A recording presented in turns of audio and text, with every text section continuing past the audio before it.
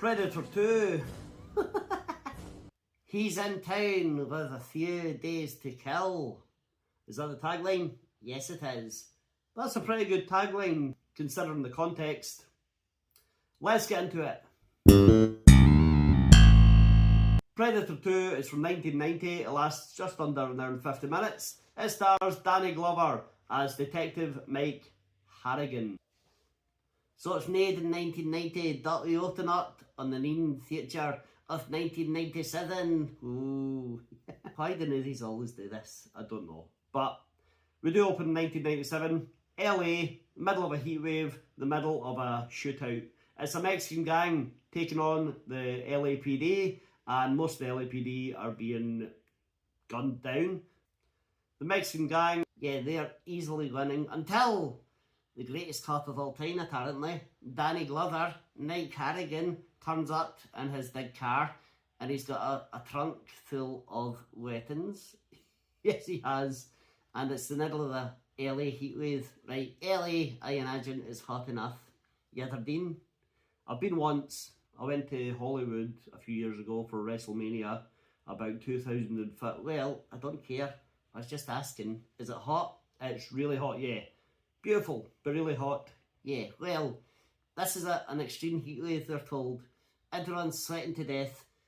And then Danny Glover turns up in the heaviest knitted trousers you could find. Yeah, they can't be cool. And then later on puts on the matching jacket. Yeah. Anyway, he turns up. The Mexican gang retreat into the nearest building, and he and his team give chase. But before they can get inside, the Mexican gang are all killed. The cops think it's the rival gang, the Jamaican gang, but it's actually, we know, the Predator. Yeah.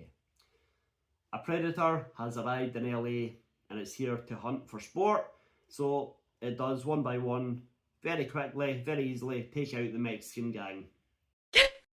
Danny Glover returns to the police station. It's a total Rodocut police station. I know exactly what you mean. It is overcrowded, it's hot, everyone's violent, everyone's angry, everyone hates the cops hate everyone.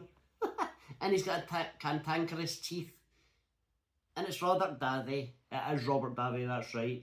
And then Robert Davi says to him, listen, leave this case to these guys. It's a special task force. Here is Agent Keys. Agent Keys. Gary Busey. Gary Busey. Everyone's in this movie. It's like Action Jackson all over again. But not half as good. We meet Danny Glover's little gang of cops. New guy, the guy everyone calls a kid, even though he's about 40, is Bill Paxton. And his other two long-term partners, Leona, who is Maria Conchita Alonso, who? From The Running Man. Ah, never seen it. Oh. And Danny, who's played by Ruben Blades. Ah, Ruben Blades. The two nans, Edward James almost. Anyway, these will be our main players. It'll just be Danny Glover. It kind of will just be Danny Glover. But we cut to that night and we see a naked lady. We do see a naked lady. There's a couple having sex. It turns out the man is the leader of the Mexican gang. And they're interrupted by a home invasion. The Jamaican gang come in under the orders of their boss, King Willie. What? Yeah. And they string up the Mexican crime lord and they're about to kill him. And then the Predator joins in and kills everyone except the lady. Yeah, because she's naked and pretty. No, because she's unarmed and she's no threat and she's no sport. Danny Glover and his gang arrive on the scene. They're like, what the hell happened here? And then Keys and his gang turn up and they are like, don't worry about what the hell happened here. Get out of here. Leave us to it. Yeah, so they cordon it off. Everyone goes home. And then Danny Glover says to Ruben Blades, listen, can you go and sneak back in there in the middle of the night, okay? See if you can find any evidence, because I want to know what's going on. Meanwhile, the rest of us are going to the pub. They do go to the bar and leave Danny, Ruben Blades, to try to find evidence. He's killed by the Predator. Thanks. Nike Harrigan. Jesus. Later on in the movie, Danny Glover goes to Reuben Blades' grave, and at the graveyard, the Predator's there. Why? What's he doing there? I don't know. But he meets some kid who offers him candy, and the kid has a toy gun. Yeah, lucky that kid doesn't get blasted. Yeah.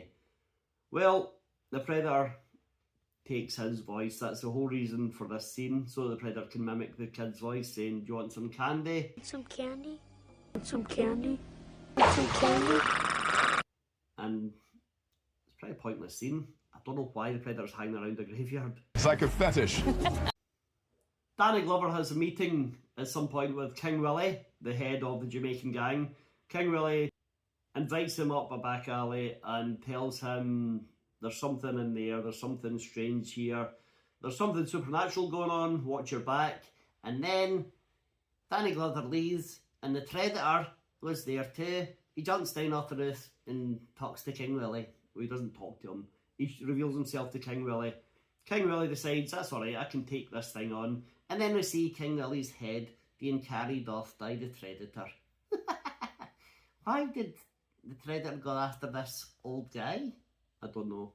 I mean, King Willie had a sword, but it was in his walking stick, and you wouldn't know it was a sword. So did the Predator think, well, there's a guy who's got dreadlocks, I've got dreadlocks, maybe I should fight him. He's unarmed, he's half my size, but let's see if this is some good sport. Yeah, he's just a trophy hunter. Well, he kinda is. Yeah, I mean, he's a dick. He's like those trophy hunters who are like, oh, there's a harmless gazelle, let me shoot it in the face. Yeah, because it makes me feel like a big man. Yeah, this Predator is kind of more bloodthirsty than the original Predator. Anyway, Danny Glover tells Bill Paxton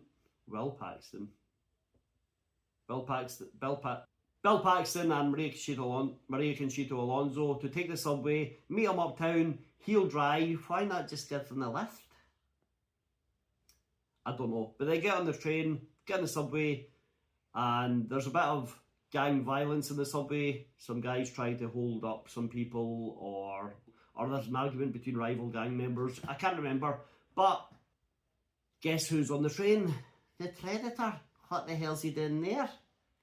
It's so strange. The Predator just pops up in the strangest, most inappropriate places. Why is he on a train?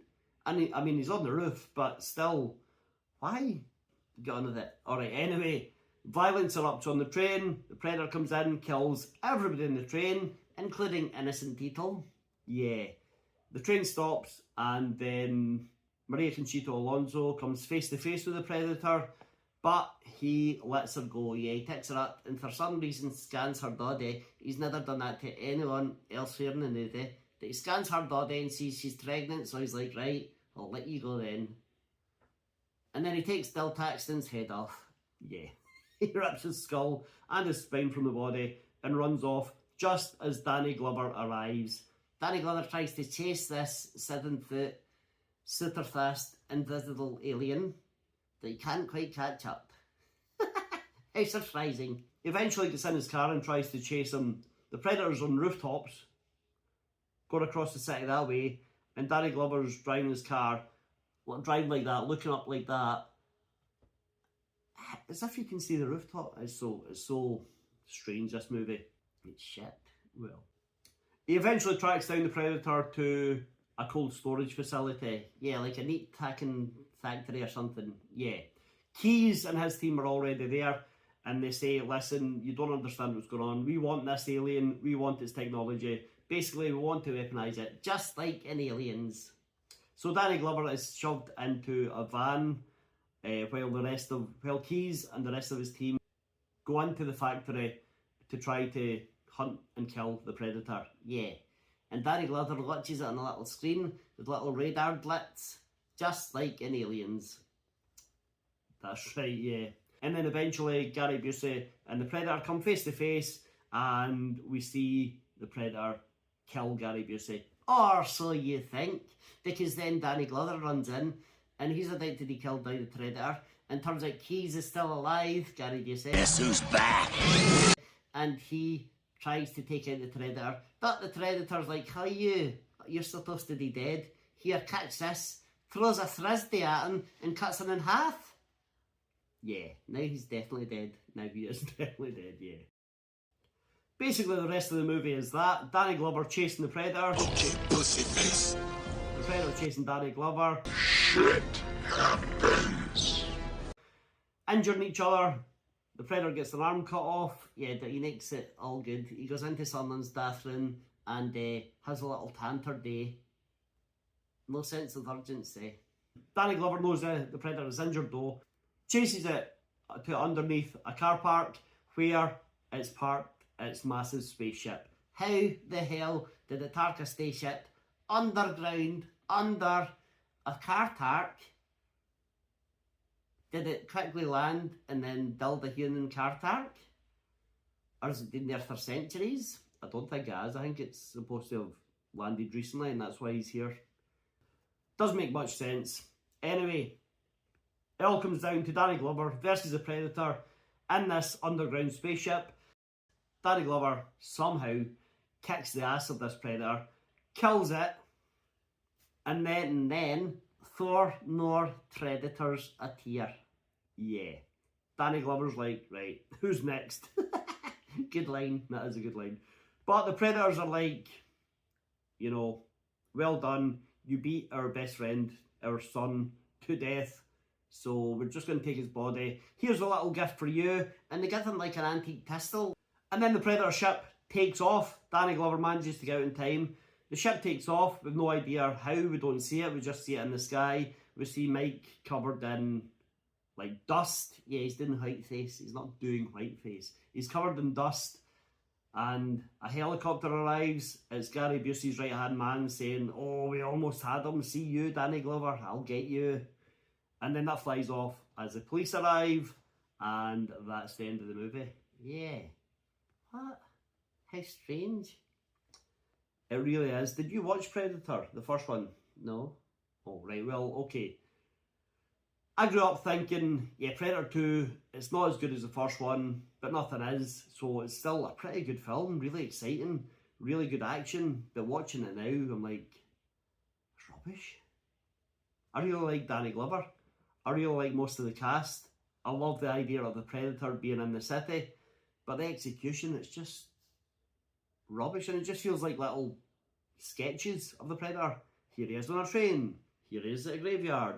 Here he is down an alley fighting an old Jamaican man. I liked it, but didn't love it. Right, okay. Well, that's fair enough. I mean, there are things to like. Gary, do you say? Yeah, okay. Imagine, see if that helicopter arrived and it wasn't Gary Busey's right-hand man. Imagine it was Arnold Schwarzenegger from the first movie. Oh, that would have been amazing. That would have made the whole film so good. But sadly no. Sadly no. Trivia? Yes, please. The alley scene where King Willie and Danny Glover are talking was really hard to film because they did it guerrilla style and there were real gangs running about and they kept trashing the set. They kept like stealing things. And the crew even found a real dead body on set one day.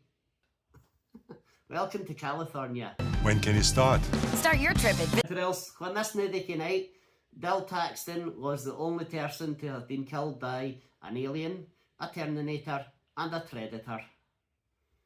And now Lance Henriksen has joined that as well. Alright. Cool, cool. Anything else? The director, Stephen Hopkins, revealed in an interview in recent years that he had actually met with another actor to play the role of Detective Mike Harrigan. Right, can you guess? Was Arnold Schwarzenegger again? No. Steven Seagal? Imagine this, Predator versus Steven Seagal. My God. It would have been so funny. It would have been pretty funny. Anyway, that's Predator 2 from 1990. Have you seen it? Do you think it's as good as the first one? No. Do you think you've not even seen the first one? I know that even I know. No. What are your memories of this film? Let us know if you like it. Hit like it, subscribe, watch another video. Want some candy?